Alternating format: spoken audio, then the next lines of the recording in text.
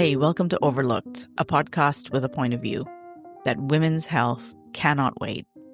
If you want more of that point of view and the backstory to this episode, sign up for my newsletter at overlookedpod.com. That's overlookedpod.com. Preeclampsia is called preeclampsia because it's the predecessor to eclampsia, and eclampsia manifests as seizures. Dr. Neel Shah is an obstetrician gynecologist. As a clinician, preeclampsia is scary. The cure for preeclampsia is delivery, and sometimes you have to deliver the baby earlier than would be ideal. Have you been in that position before where you've had to deliver a baby to save someone from preeclampsia? Many times. Many times, like countless times. Sometimes at 37, 38, 39 weeks, and it's straightforward in terms of what you need to do. And sometimes at 25, 24 weeks, where it's really heart-wrenching because that's a really early time to deliver a baby. For most of the history of humankind, it's been very mysterious. What happens is, in a lot of people, their blood pressure gets really high. It causes headache, and it causes their brain disease. And that is one of the more severe things that was seen commonly before we linked preeclampsia to blood pressure. Preeclampsia is a condition that only exists in pregnancy. It tends to creep up insidiously on people. And often at the point where you're seeing obvious warning signs, it's an emergency. Every year, almost 50,000 women die of preeclampsia, and that's according to the World Health Organization. And those numbers are highly likely to be underestimated because some cases of preeclampsia are just not reported accurately. But up until right about now, in the timeline of humanity, we have had no choice technologically but to be on our back foot, to wait for preeclampsia, to try and detect it as early as we can, and then to respond by delivering the baby as quickly as possible. That's all we had. Up until about right now. This is Overlooked, and I'm Golda Arthur. Preeclampsia has not been a very well understood disease, but that is changing. It's happening fast, and we haven't talked about it nearly enough. So in this episode of Overlooked, Dr. Neel Shah, OBGYN and Chief Medical Officer of Maven Clinic, takes us through what preeclampsia is and why it's so dangerous. We'll hear the story of how researchers worked together on breakthrough science to create a test which predicts preeclampsia so that we can save people from dying from it. We're back after a quick break.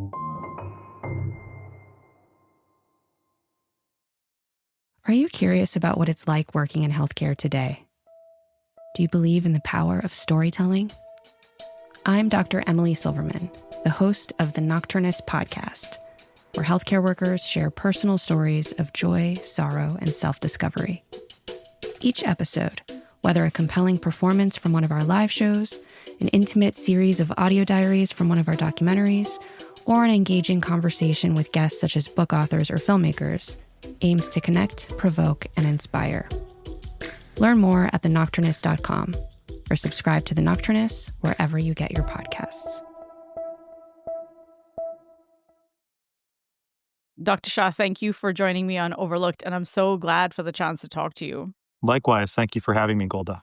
I am going to start with asking you the question that really gives this show its name and that I ask all my guests, which is, when it comes to this topic that we're going to talk about, preeclampsia, what in your mind is the most overlooked aspect of it?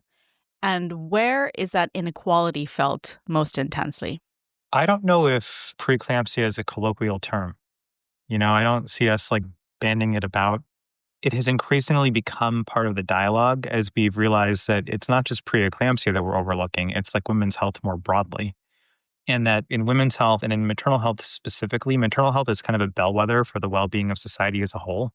And so we tend to see every form of societal injustice manifested in the well-being of moms, whether it's, gender inequity or racial inequity or even geographic inequity when we look at differences in health in different parts of the country or different parts of the world. So I think you asked like who's most impacted by the inequities, and it's people who live at the intersection of all three. It's particularly Black women, maybe Black women living in, at least in the American context, in the South. And because of that, the core challenge is preeclampsia is not well understood at baseline. When people have warning signs, their symptoms are often not responded to because they're not heard. And it's harder to be heard as a woman, and it's harder to be heard as a Black woman. Well, okay, let's do our bit to make preeclampsia a household name then. Tell me what it is. Tell me a little bit more about those warning signs that you're talking about. It's been around forever. It's described in like ancient Egyptian medical texts. It's had various terms, but it appears in literature.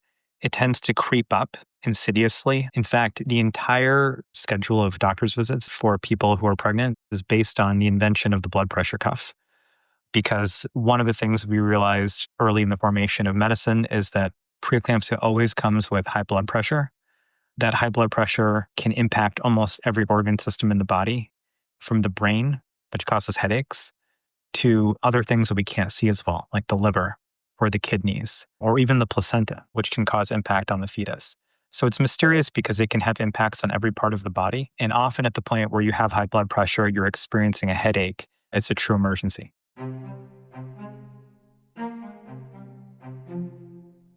One of the biggest mysteries in preeclampsia still is that sometimes preeclampsia presents itself after the baby's already been delivered. And when that happens, it can be harder to recognize because it happens so rarely. And the only thing you can do is ride it out. This next story is where preeclampsia gets personal for Dr. Shah. As an obstetrician, one of the joys of this profession is that when you have friends and family that are pregnant, they just call you. And you have an opportunity to be helpful, which is really gratifying. Dina Shacker is a board member at Maven. She's a partner at Lux Capital and is somebody who is really leading investments in women's health. She is above average in terms of being an informed and empowered patient, let's put it that way. Like during her pregnancy, she didn't just text me for my opinion, like she sent me like peer-reviewed publications and asked me to weigh in. But Dina, being who she is, had a blood pressure cuff at home just in case. Most people don't. For whatever reason, was checking her own blood pressure. And also, when she called me, she had a really terrible headache, like the worst headache of her life. And then when she checked her blood pressure, it was in the emergency range. I was sitting right where I am now when she called me. I think it was probably, during the workday, and my board member called me and my friend. I could tell that I think she instinctively knew that something was very wrong, but I think wanted and needed like the validation and gut check that she needed to get to a hospital emergently, and not just any hospital, but the closest hospital. What was going through your mind as she was talking to you? Well, one, I recognized what it was right away because I've seen it before. In other cases where I've seen it before, both professionally and personally, advocating for what you need is really important because emergency rooms are often not equipped for this. One of the reasons is that, if an elderly gentleman came in with the same blood pressure that Dina had, it wouldn't be an emergency because most elderly gentlemen that walk in with those kinds of blood pressures are living that way all the time. But for an otherwise young, healthy woman to have those blood pressures and to have them happen because she has a disease, preeclampsia, that was causing her blood vessels to be inflamed and a headache that would have otherwise, if not treated, turned into a stroke or a seizure. It was a bona fide emergency. So what was going through my head is like, yeah, she needed access to care right away, but it was really important for Dina to be Dina, meaning she needed to show up and self-advocate and say, I've recently been pregnant. This is uncommon, but I think this is preeclampsia. And, we sort of talked through the plan of what she would need. I remember my own worry more than hers. But what I will tell you is when people have events like this, where this is really a life-threatening emergency, it's traumatizing. And we've kind of processed it together and sort of debriefed and talked about it. And you can tell she's really affected by recollecting what happened and just the fact that had it not been for many things, and maybe, who knows, but maybe if she would have went the standard route and tried to like call the hospital paging system and then waited a long time, right now, Dina's perfectly healthy, her baby is perfectly healthy, but maybe it wouldn't have turned out that way.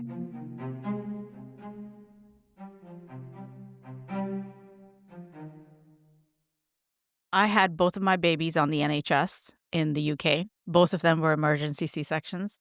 And for the listeners who don't understand what you mean when you say the prenatal schedule, right, is based on the blood pressure cuff, tell me a little bit more about what that means, because it might also be different in my experience, and I don't want to assume that I know what you mean there, because that prenatal schedule in the UK is also driven by being in a publicly funded health system. It's a whole other thing. So say more about that. It's kind of arbitrary, but in the US, and I think in much of the world, you are meant to see the doctor like 14 times during your pregnancy. That's a lot, and initially it's monthly, but as you get closer to delivery, it's every 3 weeks, and it's every 2 weeks, and it's every 1 week. And the reason is that we're monitoring for preeclampsia to sneak up on us. Not too long ago, and still in under-resourced parts of the world, you see people come in seizing or pregnant. And so along the way, we figured out that we can monitor people's blood pressure with a blood pressure cuff. And that in the third trimester, towards the end of pregnancy, for some people, their blood pressure starts to creep up. And this seems to be the leading indicator that preeclampsia is starting to happen. And so all of this, and we still seem to be sort of, on the back foot with kind of knowing more about preeclampsia. Is that right? We're still on our back foot. But up until right about now, in the timeline of humanity, we have had no choice technologically but to be on our back foot, to wait for preeclampsia, to try and detect it as early as we can, and then to respond by delivering the baby as quickly as possible. That's all we had. Tell me about now. Tell me about what's changing. It sounds exciting. I feel lucky because, I'm not a preeclampsia expert per se, but I feel like I've gotten a balcony level view into the evolution of the science because when I was a medical student, one of the people who turned into one of the leading thinkers on preeclampsia was also in training and was so passionate about preeclampsia. Her name is Dr. Sarosh Rana. She's the chair of the Obstetrics and Gynecology Department at the University of Nebraska Medical Center. She grew up in India, and her experience in an under-resourced setting was that women were coming in and seizing. So she became passionate about this disease and then made me passionate. And I watched her and her colleagues discover where preeclampsia actually comes from, which is, the placenta is an organ that only exists in pregnancy.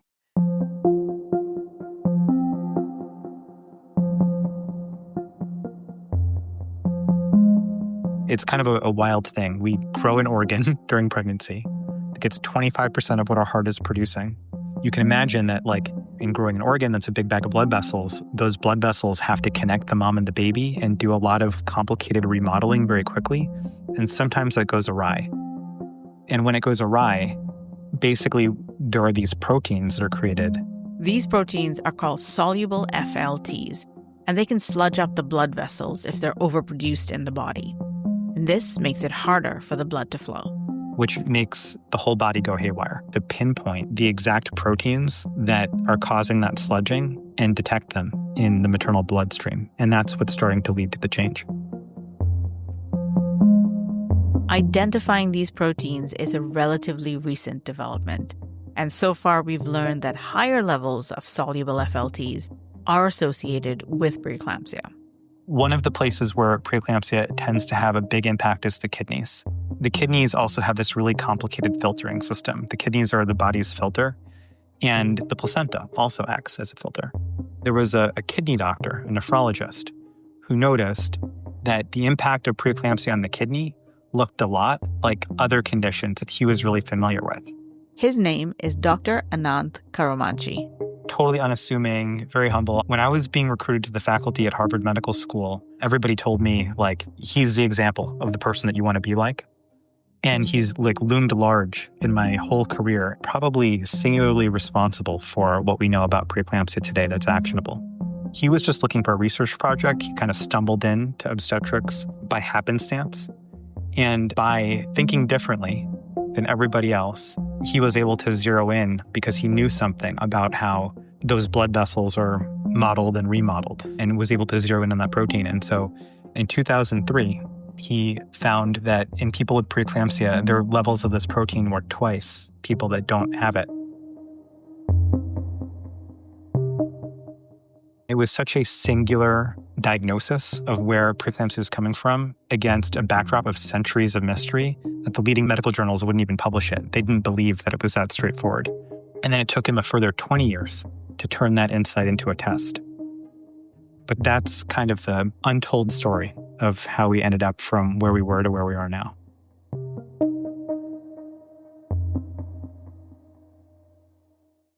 So part of the reason I love doing this work actually is because this idea of women's health history is a thing that's like not that old, right? You're talking about like the early 2000s here.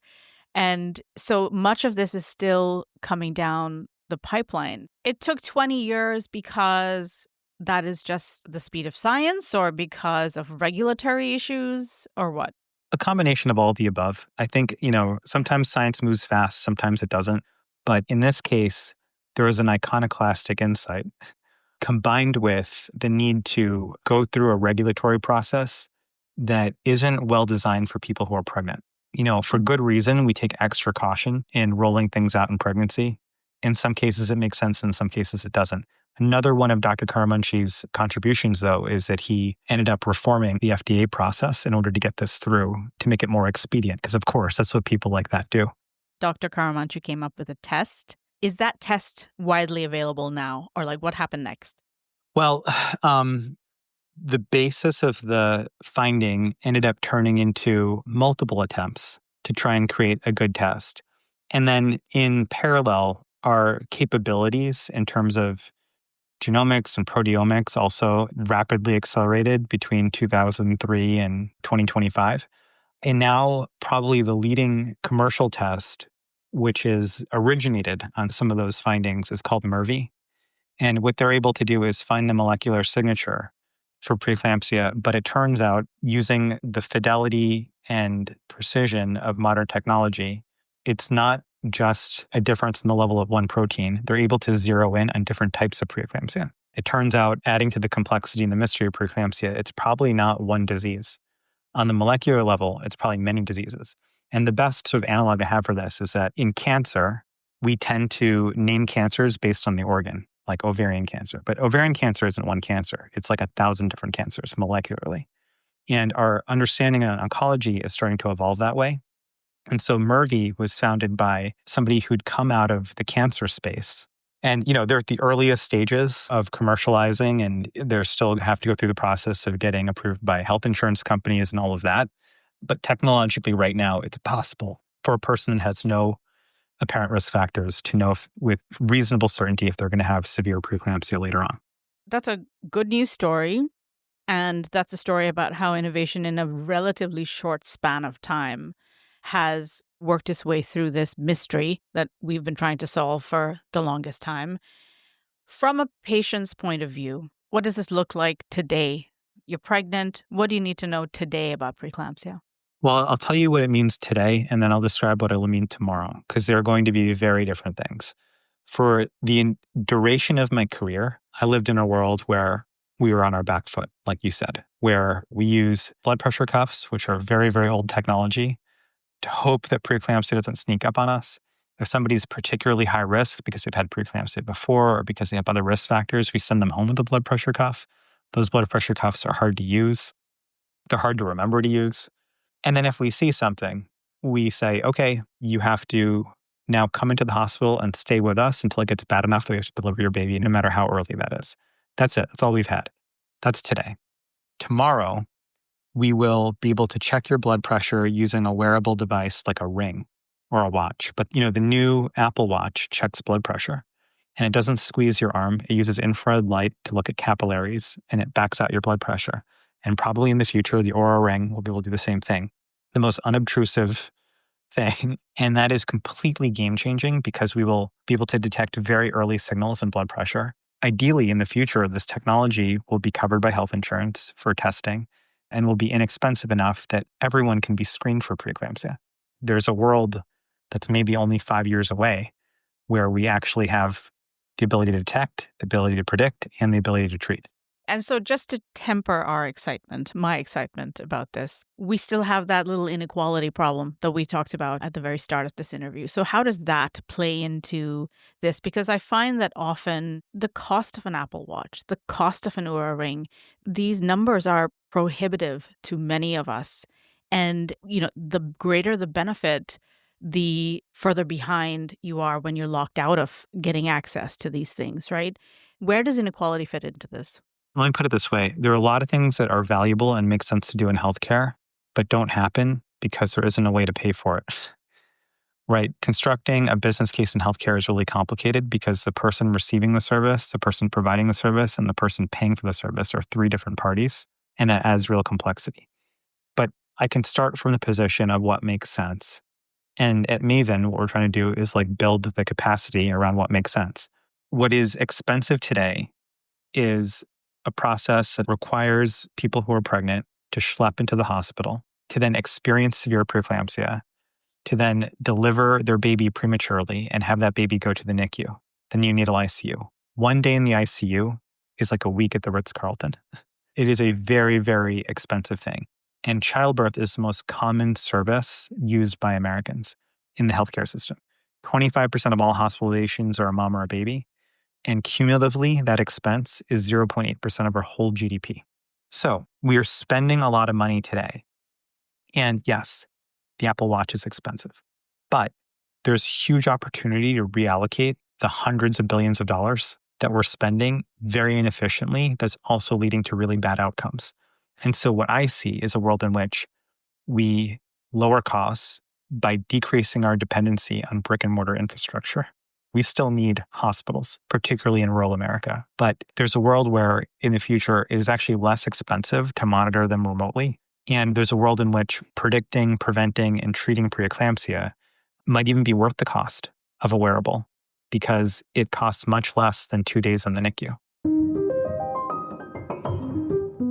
Dr. Neel Shah is the Chief Medical Officer of Maven Clinic.